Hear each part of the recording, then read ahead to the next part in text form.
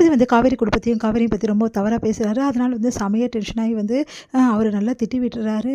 நம்ம வந்து நிவின் வந்து தொடர்ந்து வந்து இந்த மாதிரி பேசிட்டு இருந்தீங்க, மரியாதை வீட்டை விட்டு வெளியே போங்க, முதல்ல இங்கேருந்து கிளம்புங்க, உங்களை பார்க்கவே எனக்கு வந்து அருவருப்பாக இருக்குது அப்படின்னு நம்மலாம் பேசுகிறாரு.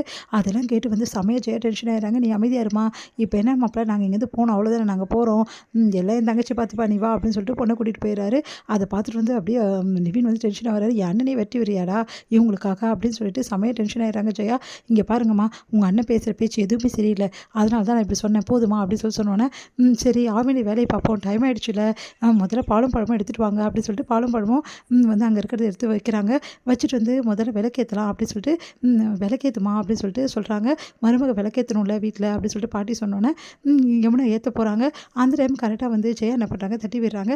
எனது பாலும் பழமும் இருக்கேடா, இவ வந்து விளக்கேற்றிட்டா என் வீட்டு மருமகள் ஆகிடுவாளா அப்படின்னு சொல்லிட்டு அப்படி எல்லாத்தையும் போட்டு தட்டி விட்டுறாங்க. அம்மா ஏமா இப்படிலாம் பண்ணேன்னு சொல்லிட்டு நிவின் கேட்குறாரு.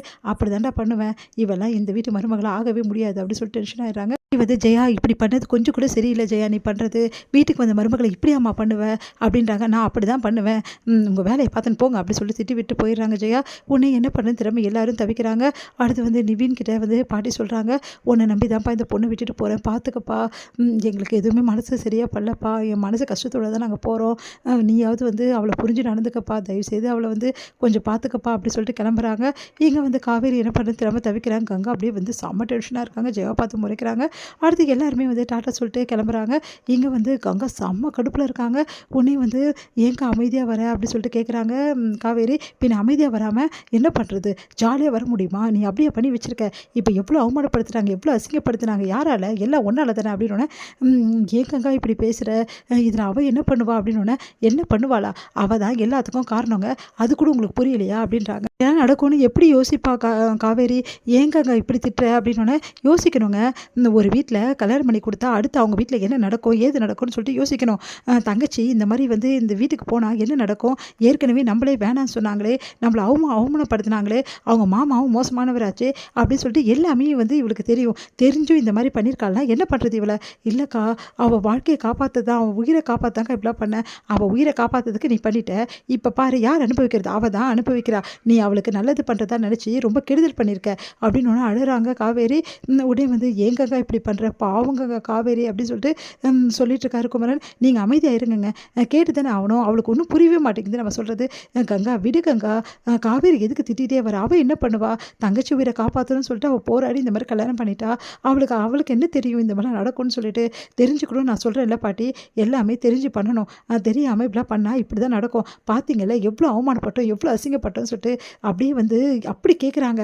என் உடம்பே கூசுது அவங்க கேட்குற ஒவ்வொரு கேள்வியும், எனக்கு எவ்வளோ அவமானம் ஆயிடுச்சு, உனக்கு மட்டுமா அவமானம் ஆயிடுச்சுக்கங்க, நம்ம எல்லாருக்கும் அவமானப்பட்டோம், அதை தான் சொல்கிறேன், அது எதுக்கு அவமானப்பட்டோம், எல்லாம் இவ்வளோ தானே அவமானப்பட்டோம் அப்படின்னு சொல்லிட்டு டென்ஷன் ஆகிறாங்க.